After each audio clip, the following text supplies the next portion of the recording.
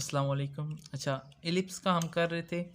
तो इलिप्स हमारे पास इस तरह की भी शेप में हो सकती है, इस तरह की भी शेप में हो सकती है। ठीक है, ये इसके सारे मतलब फोकस, अगर ये हमारे पास इक्वेशन है तो फोकस इसका ये होगा, directrix, major axis, vertices, covertices, centre और एसेंट्रिसिटी। ठीक है, और इसकी जो ग्राफिकल शेप होगी वो ये होगी। इसी तरह अगर इस तरह की शेप में है तो इसका सारा ये दिया हुआ है। ठीक है, ये आप लोग देख लीजिएगा।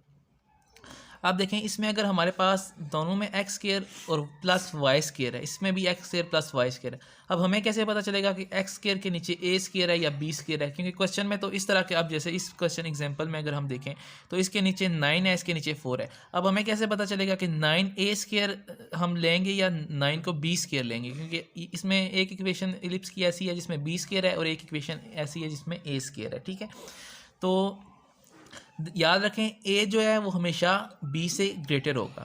ठीक है, अब जैसे कि यहाँ पे 9 है और यहाँ पे 4 है, तो 9 का अंडर रूट अगर हम लें तो एक वैल्यू हमारे पास 3 आती है। ठीक है, एक वैल्यू हमारे पास 3 आती है और दूसरी जो वैल्यू होती है 4 का अगर हम अंडर रूट लें तो 4 की वैल्यू हमारे पास 2 आती है। ठीक है, अब 3 जो है वो 2 से ग्रेटर है, क्योंकि अब यहाँ पे जो हमारे पास कंडीशन है वो ये है कि ए जो है वो हमेशा बी से ग्रेटर होगा।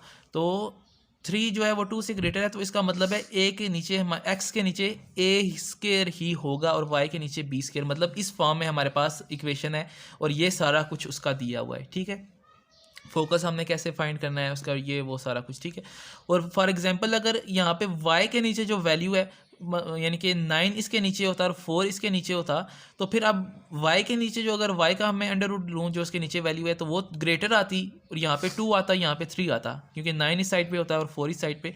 तो अब हमारे पास जो वाई स्केयर के नीचे ए स्केयर होता और एक्स स्केयर के नीचे बी स्केयर होता। ठीक है, फिर हमारे पास इस फॉर्म में इक्वेशन आ जाती।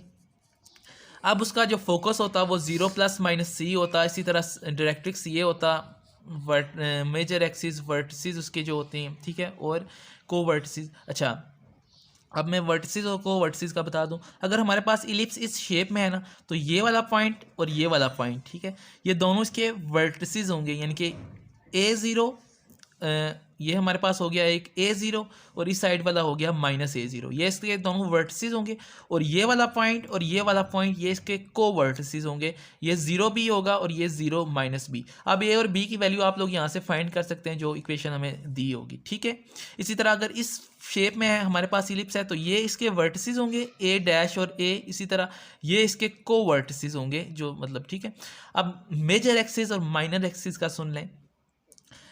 जिस इलिप्स जिस एक्सिस पे होती है ना, मतलब ज़्यादा होती है जिस एक्सिस पे, ठीक है, वो एक्सिस हमारे पास मेजर एक्सिस होता है। जैसे कि अब इसमें हमारे पास एक्स एक्सिस है, तो एक्स एक्सिस हमारे पास इसका मेजर एक्सिस होगा और वाई एक्सिस माइनर एक्सिस होगा। ठीक है, और मेजर एक्सिस की इक्वेशन क्या होगी? अब एक्स एक्सिस की इक्वेशन क्या होती है? वाई इक्वल टू 0, क्योंकि एक्स एक्सिस पे हमेशा हर पॉइंट पे जो है वो y 0 होता है और y एक्सिस पे हमेशा x 0 होता है। तो y एक्सिस की जो इक्वेशन होगी वो x इज इक्वल टू 0।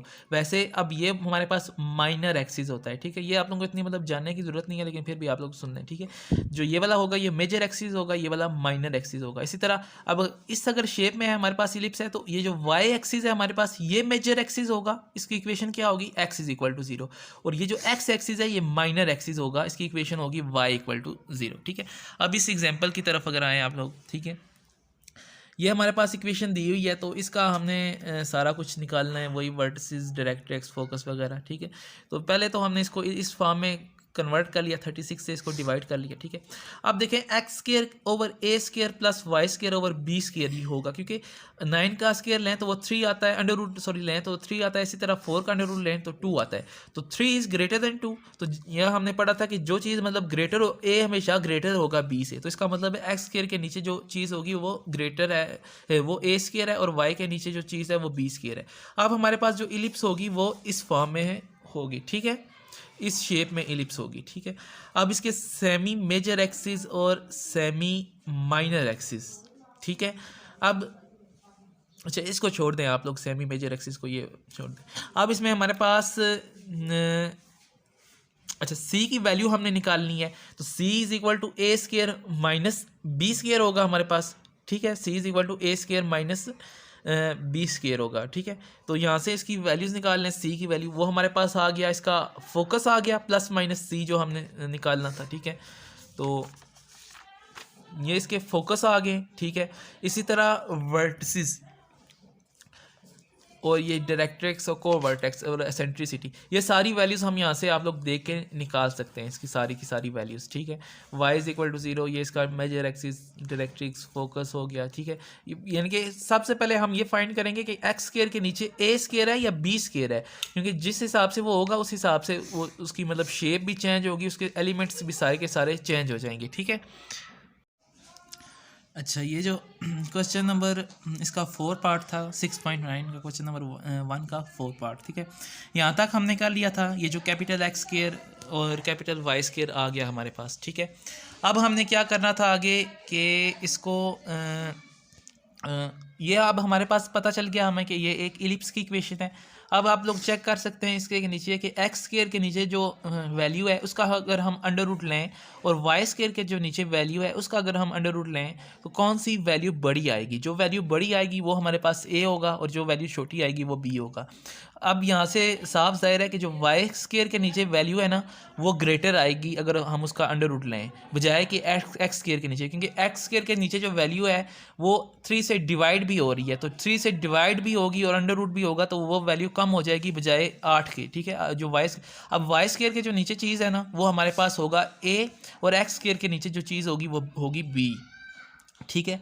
अब ये आगे जो फ्रॉम इक्वेशन नंबर 2 ये आगे वैसे ही है जो हमने पिछले क्वेश्चन में किया था। सबसे पहले हमने जो है वो कैपिटल एक्स और कैपिटल वाई की वैल्यू फाइंड करनी है, ठीक है। अब एक मिनट, इसको मैं अगर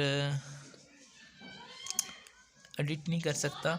अच्छा, यहाँ से ये अब देखें, यहाँ पे जो हमने पहली वैल्यू निकाली थी ये वाली स्मॉल एक्स की वैल्यू भी निकाली थी capital x minus y divided by under root 2 और स्मॉल वाई की वैल्यू भी। अब अंडर रूट 2 को हम उस साइड पे मल्टीप्लाई कर दें तो वो अंडर रूट 2 स्मॉल एक्स हो जाएगा और इस नीचे वाले अंडर रूट 2 को भी हम उस साइड पे वाई के साथ मल्टीप्लाई कर दें तो वो अंडर रूट 2 स्मॉल वाई होगा, ठीक है। तो यहाँ से हमारे पास ये इक्वेशन नंबर 4 इक्वेशन नंबर 5 आ जाएगी, ठीक है। ये क्वेश्चन अब पिछले क्वेश्चन की तरह ही है, ठीक है। तो अब हमने कैपिटल एक्स और कैपिटल वाई की वैल्यू जो है वो स्मॉल एक्स और स्मॉल वाई की फॉर्म में निकालनी है, ठीक है। तो वही है कि इन दोनों को अगर हम ऐड कर दें तो ऊपर माइनस वाई और नीचे प्लस वाई है, आपस में कैंसिल आउट हो जाएंगे, हमारे पास कैपिटल एक्स की वैल्यू आ जाएगी, ठीक है। और कैपिटल एक्स की वैल्यू हम इन दोनों इक्वेशन में किसी एक में पुट करेंगे तो हमारे पास कैपिटल वाई की वैल्यू आ जाएगी, ठीक है। अब हम इलिप्स के जो है वो फाइंड करेंगे सारी एलिमेंट्स, ठीक है।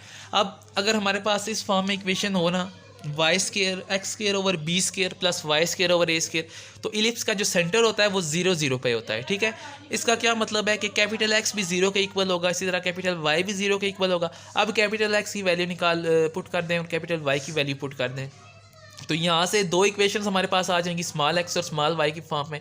उन दोनों को आपस में सॉल्व करें, मतलब एक कैंसिल आउट हो जाएगा और दूसरे की वैल्यू फिर दूसरी उसको पुट करेंगे तो हमारे पास पहले की वैल्यू आ जाएगी।